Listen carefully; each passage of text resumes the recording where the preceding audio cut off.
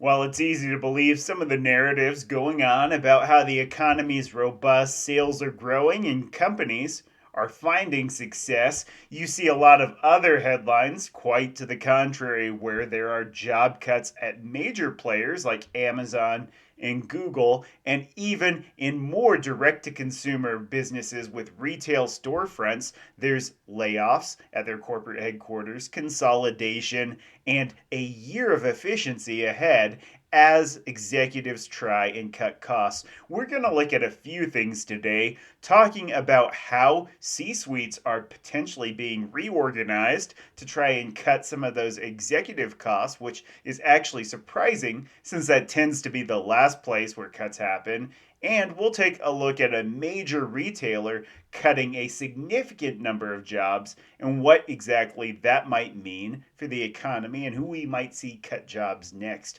But if we haven't met before, my name's Frank Cho. I'm here to help you live a richer life. On this channel, we talk about cryptocurrency, personal finance, and investing. If you haven't hit that subscribe button, do it now. That way I can keep you informed of all the latest news and updates.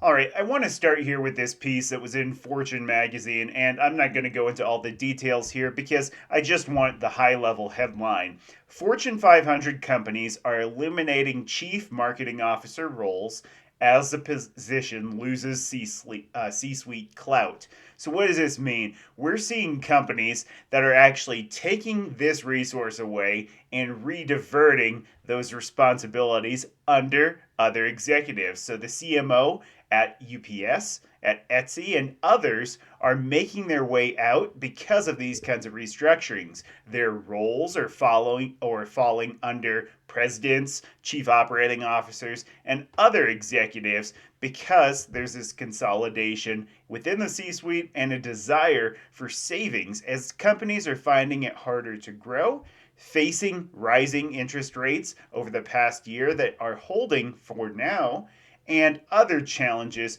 that are preventing them from finding the success that they may have had even a year ago. So let's take a look at another example of this directly. Not a Fortune 500 company, but a company nonetheless that does have publicly available information. So EVgo announces certain preliminary financial and operating results, anticipates meeting or exceeding 2023 financial and operating guidance, and is focused on building and owning and operating a best-in-class public charging network. So you see a lot of corporate words, jargon here as they're trying to create a narrative. But what's interesting here, buried in this announcement, is the COO is taking over the responsibilities of the CMO, or Chief Revenue Officer, CRO in this case, but essentially the same as a Chief Marketing Officer, and the CTO as well, as he too is departing the company. So you're seeing a folding here, resulting in quite a significant savings by eliminating a couple of those executive roles. But this is happening as companies, especially those in challenged industries like electric vehicle infrastructure, for instance, that really want to focus on their core businesses. Now, it's not just these kind of higher growth companies that are facing these challenges and having some level of consolidation. The one that I want to turn our attention to here is Macys. So, Macys, the retailer, is going to be cutting jobs about 2,500, just under, and closing 5 stores as they're trying to automate and move some roles offshore. Now, we certainly could have expected to see this as they're trying to trim costs again, like all these other companies in 2024, and try and find ways to save and increase their profit margins through cost reductions, knowing that they've basically tapped out on how they can increase prices. We saw dramatic price increases in the years from 2020 through 2023. And now, if they want to maintain those kinds of levels of pricing and maintain healthier margins, they've got to find savings on the cost side.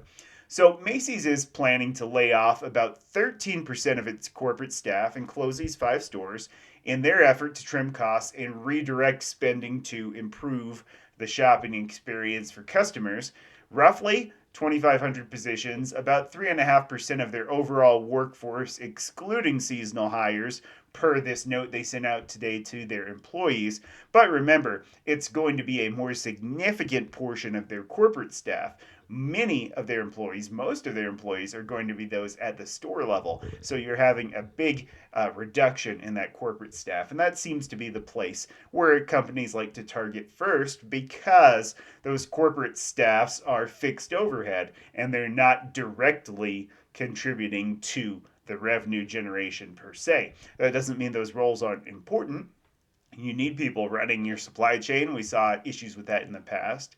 You need people running your finances. That creates its own set of problems if you don't have sufficient staffing there, especially if you're a publicly traded company where you have certain requirements for regulators like the SEC that you have to meet. You have to do these regular timely filings. It must be accurate. You must be able to pass your audits. And so with that, it has to be very targeted. But the question is, where are these coming from? If you're going to go and say we're cutting everything out of marketing, how are you planning to increase those sales? How are you planning to generate increased revenue? And maybe you're not. Maybe you're just looking at holding flat on the revenue side and cutting costs. But if your long-term strategy is to grow as a business, maybe that's not the right approach. Let me know what you think in the comments. Now, Macy says they're planning to add more automation to their supply chain, and they're outsourcing and offshoring some roles. Of course, they won't specify which ones these are, but it's really interesting to see that that's what's happening here. It's also supposedly reducing management layers to speed decision making.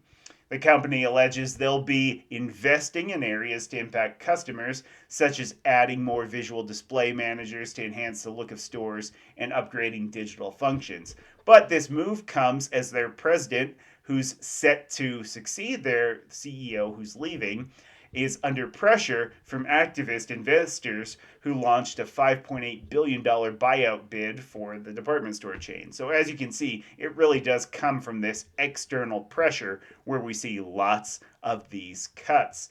External investors, this could be activist investors, this could be different funds, this could be a variety of people or entities putting pressure, exerting this force on these businesses to try and make some changes and eke out some more profits. Despite our strong and tangible progress over the last few years, we remain under pressure, said the former CEO in a memo. The memo said the changes are a response to nearly a year of customer research to both better meet their expectations and generate consistent growth. Now, the company owns other entities and hasn't issued a response to the activists and plans to provide more details on its strategy. But if this is the first salvo, then you'll continue to see this as the position they'll take. And Macys has joined this growing list of companies that are kicking off 2024 with job eliminations. Like I mentioned earlier, you've got Google and Amazon. Another big announcement earlier in the week was Citigroup announcing that they will be cutting a very hefty number of jobs. Other chains raised their targets as sales came in stronger than expected. Lululemon and Abercrombie both raised their targets, and American Eagle said that their quarter-to-date revenue for the fourth quarter grew about 8%. Now, while Macys hasn't disclosed their performance, it should next month, and it'll be interesting to see what really happened and what's driving these job cuts. What will be surprising, or maybe not so, is if the revenues increased, yet they decided to target reducing headcount as the first move, despite that fact, to try and gain some additional momentum. So what do you think? Are job cuts the way to go? Is offshoring the way to go for these businesses to succeed in the U.S. economy? I'm curious to know your thoughts, because it certainly raises some eyebrows when you see these consolidations, and maybe they really will find efficiency, but sometimes they're not so effective when they try and eliminate these roles, and you can create more problems when you do this, as the remaining people have to take on additional work, face burnout, and maybe voluntarily leave. And while that may save you some dollars and cents from a headcount standpoint, it doesn't necessarily make your business better. So as always, if you found any value here, drop a like. Helps channel a ton and helps me keep you informed on some new topics. Hit that subscribe button so I can keep you up to date on what's happening. Thank you so much for spending some time here. I'll see you in the next one.